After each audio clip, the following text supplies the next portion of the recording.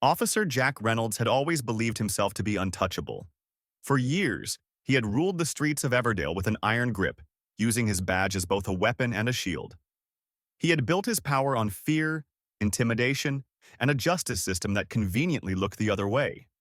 Those who dared to speak out against him often found themselves silenced, either through falsified charges, planted evidence, or worse. If you enjoyed this story, don't forget to like, share, and subscribe, so you won't miss out on more thrilling stories. Drop a comment below with your thoughts, and share this story with those who need to hear it. Turn on the notification bell to stay updated with our latest videos. See you in the... It was a system that had served him well, and he had no reason to believe it would ever change. Until tonight. The courtroom was silent except for the echo of Reynolds' polished shoes as he walked toward the witness stand. His uniform was crisp, his badge gleaming under the harsh fluorescent lights. He had testified in cases like this dozens of times before. His word against the accused, and in Everdale, his word always won. He had no doubt that today would be no different. Then, the doors of the courtroom swung open. A woman in a sleek black suit stepped in, her heels clicking against the marble floor with quiet authority. She moved with an air of confidence that commanded attention, her dark eyes locked onto Reynolds with an intensity that sent a shiver down his spine. Reynolds' smug expression faltered for the first time. Who was she?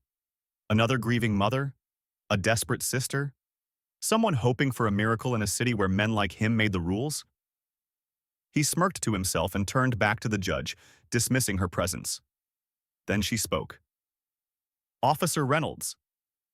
Her voice was calm, yet it carried a weight that made the entire room sit up straighter. Reynolds turned, irritation flashing across his face. This is a closed proceeding, lady. Sit down. She didn't move. Instead, she took a step forward, and the room seemed to shrink around them. I said... Before he could finish, she reached into her jacket. Reynolds' instincts flared, his muscles tensed, ready to react. He had drawn his gun on people for less. The entire room held its breath. Then she pulled it out. A badge. Reynolds staggered back a step. The gold emblem caught the light, and in an instant, his world tilted. The murmurs in the courtroom swelled, and even the judge's gavel froze midair. I am Chief Olivia Parker, she announced, her voice cutting through the stunned silence. As of this morning, I am your new boss. Reynolds' face drained of color. For the first time in his career, he felt something foreign creep into his chest. Fear. The room erupted in whispers, and for the first time in his life, Jack Reynolds realized that he might not be as untouchable as he had always believed. The moment Olivia Parker revealed her badge, the power dynamics in the room shifted. The once invincible officer Jack Reynolds, a man who had terrorized the streets of Everdale for years, suddenly looked vulnerable. He masked it well, straightening his stance, adjusting his badge, but Olivia could see the flicker of uncertainty in his eyes. He recognized her authority. But more importantly, he recognized the danger she posed. She was not just another outsider challenging his reign. She was now inside the system, with the power to dismantle everything he had built. But Olivia Parker's journey to this moment had not been easy. She had grown up in Everdale, in a neighborhood where justice was a myth and fear was a way of life. Her father, a local pastor, preached about righteousness and hope, but Olivia had quickly learned that hope meant nothing in a city ruled by corruption. She had seen it firsthand the night her older brother Elijah was pulled over by the police. She had been 16, sitting in the backseat of their mother's car, when the flashing red and blue lights swallowed them whole. "Step out of the vehicle," the officer had barked. Elijah had complied, his hands raised, his voice steady. "What's the problem, officer?" "You match the description," the cop had said. Those 4 cursed words that too many black men heard before their lives were shattered. The next few moments were burned into Olivia's memory. The officer dragging her brother from the car. The way his head slammed against the hood. The screams from their mother. And then, the worst part, the helplessness. Elijah had done nothing wrong, but that hadn't mattered. That night had changed her. It had fueled a rage deep inside her, a rage that would have consumed her if she had let it. But instead, she had transformed it into something more: determination. She had vowed to fight back, but not from the outside. No, she knew that shouting from the streets would never change men like Officer Reynolds. To bring down a monster, she had to become something stronger. She had clawed her way through the police academy, outlasting every sneer, every whisper, every instructor who told her she didn't belong. She had endured racism, sexism, and the weight of a system designed to break her. But she had refused to break. And now, here she was, the first black female police chief in Everdale's history. And her first mission? To take down Officer Jack Reynolds. Back in the courtroom, the tension thickened. The judge finally lowered his gavel, clearing his throat. "Chief Parker, do you have evidence to support the claims against Officer Reynolds?" A slow smile touched Olivia's lips. "Oh, Your Honor," she said, stepping forward. "I have more than enough." Reynolds' jaw tightened. He knew this wasn't going to end well for him. Jack Reynolds had spent years bending the law to his will. He had always been one step ahead, destroying evidence, silencing witnesses, and ensuring that anyone who tried to challenge him either disappeared or lost everything. He had built an empire of fear, his badge acting as both a weapon and a shield. But now, standing in the courtroom, staring at Chief Olivia Parker, he felt something he hadn't felt in decades: doubt. She had evidence. He knew it. But how much? And how damning was it? His mind raced as Olivia approached the judge, her every movement deliberate, controlled. She carried a thick folder, its contents bursting at the seams. She placed it down on the table in front of her with a resounding thud. "Your Honor," she said, her voice steady. "Inside this folder are more than 50 complaints filed against Officer Jack Reynolds.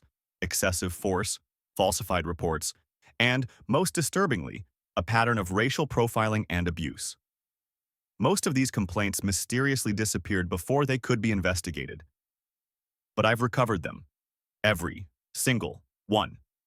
The judge's brows knitted together as he flipped through the documents, his frown deepening with every page. The room fell into a suffocating silence. Reynolds clenched his jaw. This couldn't be happening. "These are just allegations," he snapped, his voice sharp. "Nothing has been proven." Olivia tilted her head slightly, her smile barely there. "You're right, Officer Reynolds. Allegations alone don't convict a man." She turned and motioned toward the courtroom doors. They swung open, and in walked Jonathan Miller, a well-known civil rights attorney. He carried a laptop in one hand and a flash drive in the other. "We don't just have paperwork," Olivia continued.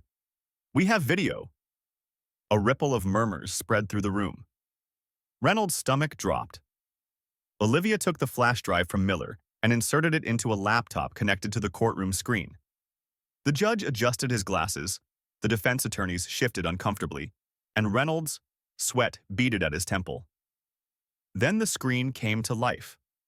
The footage was grainy but unmistakable.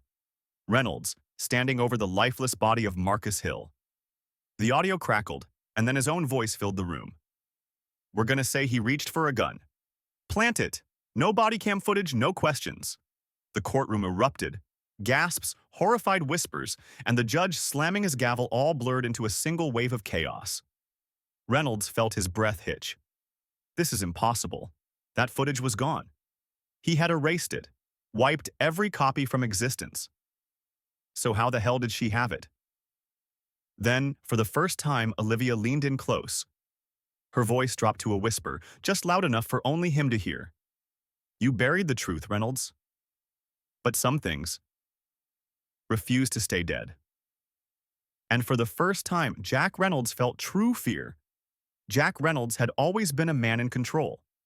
He had built his empire through intimidation, manipulation, and cold-blooded precision. He had erased evidence, silenced witnesses, and made sure that his name remained untouchable. But something was wrong. Ever since Chief Olivia Parker unveiled the footage in court, something had shifted. The city that once feared him now whispered behind his back. His allies, the judges, the attorneys, The officers who had once covered for him were distancing themselves.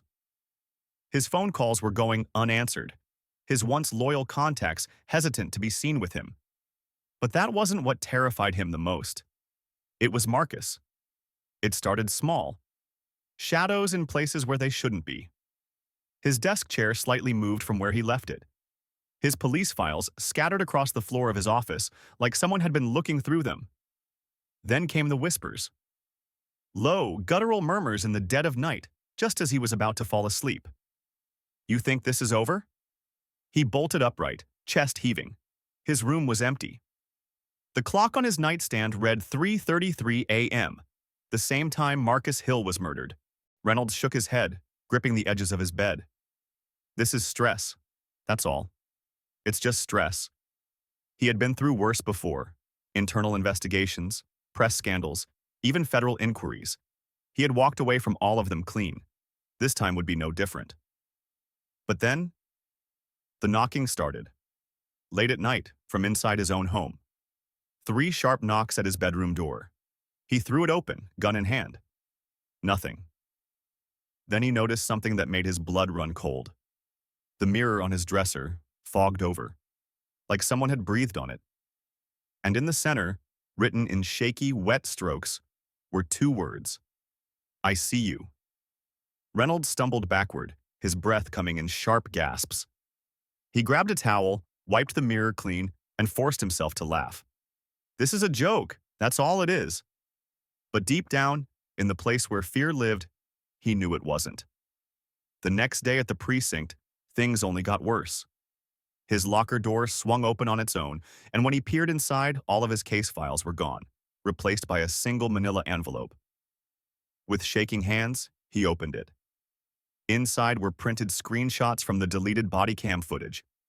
Images of himself standing over Marcus Hill's dead body. Images that were supposed to be wiped from existence. His breath hitched, his vision blurred. Then, from somewhere in the precinct, a voice. Faint, distorted, but clear enough. I see you.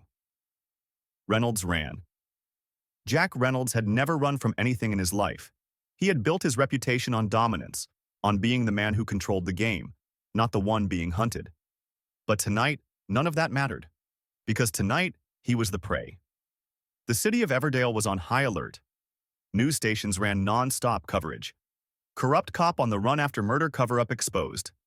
His face was plastered across every screen, his name spoken with disgust. But that wasn't the worst part. Reynolds could deal with the public turning against him.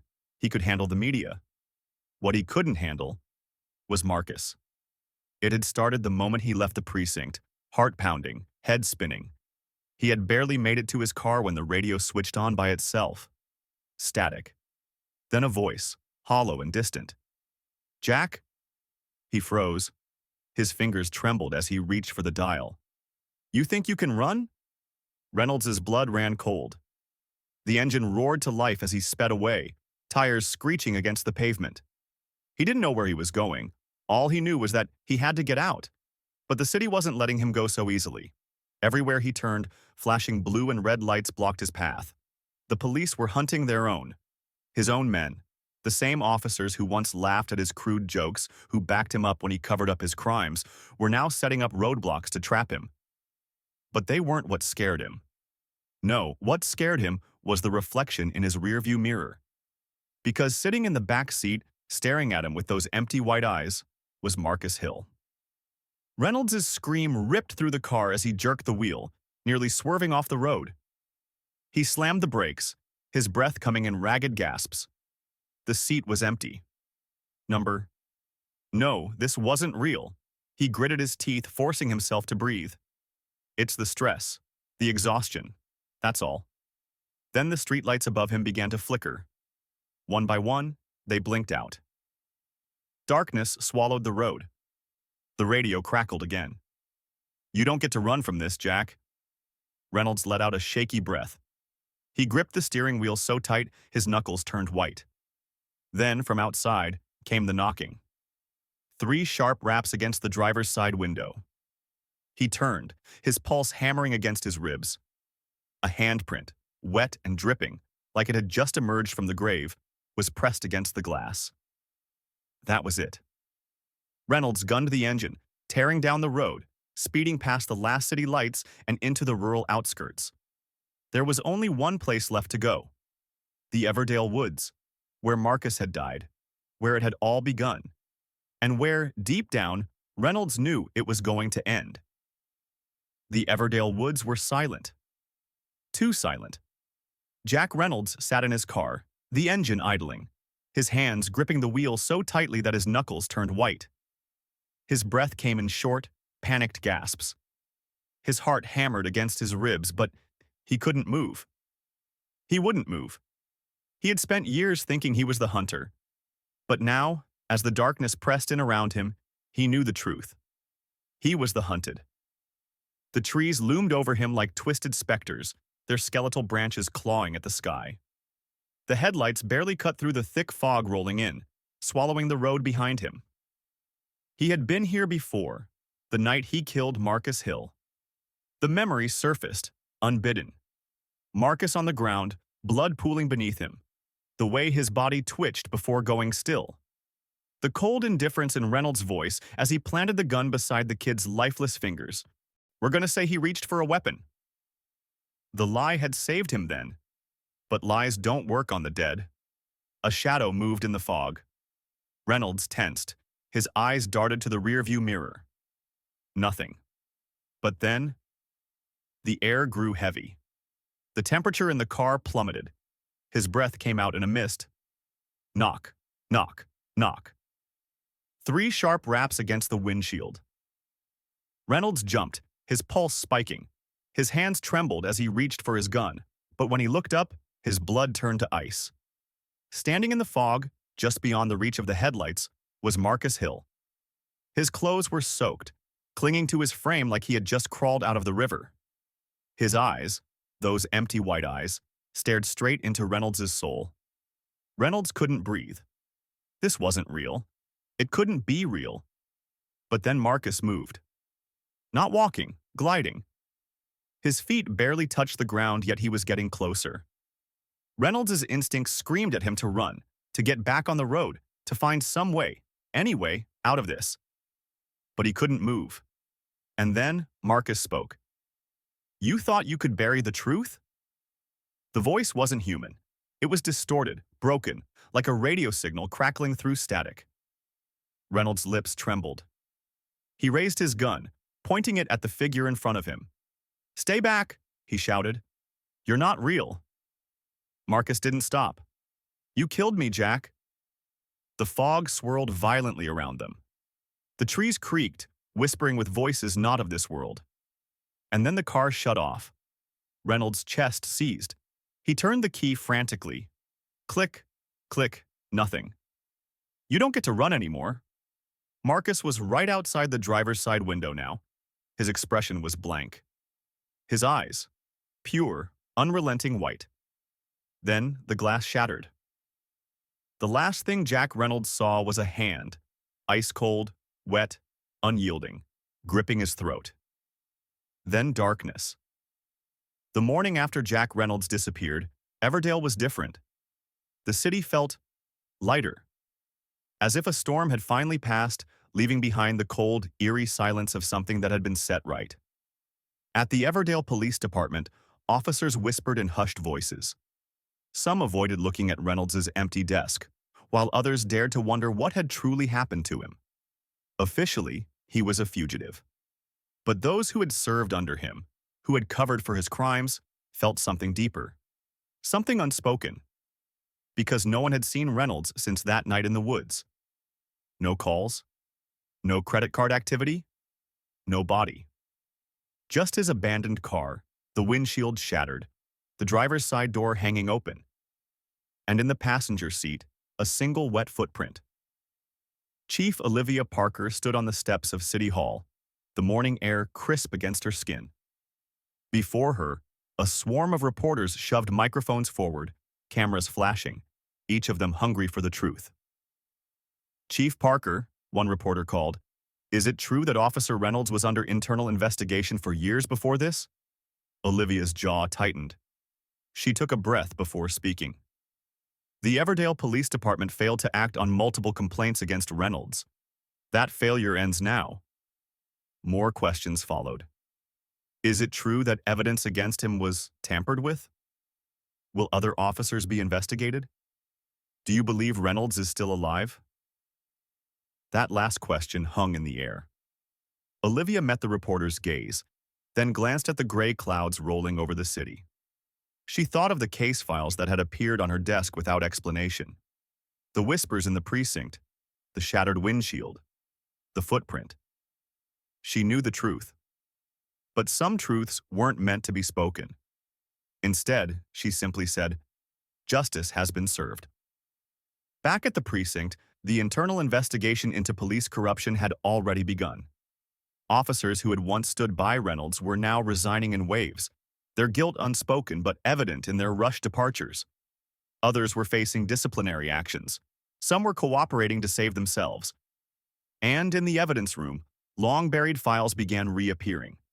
Cases Reynolds had tampered with. Footage that had once been lost. Names of victims who had never received justice. One of the younger officers hesitated as he sorted through the growing pile of recovered documents. He turned to his partner. "Who's bringing all this stuff back?" he asked. His partner shrugged. "No idea. Every morning there's just more." The officer shivered. Something about it didn't feel right, but he didn't say anything. That night, Olivia sat alone in her office, the city quiet beyond her window. Her phone buzzed. A new message. Unknown number. One down. Many more to go. She exhaled slowly, staring at the screen. Outside, the streetlights flickered. And somewhere, deep in the shadows of Everdale, justice was still watching.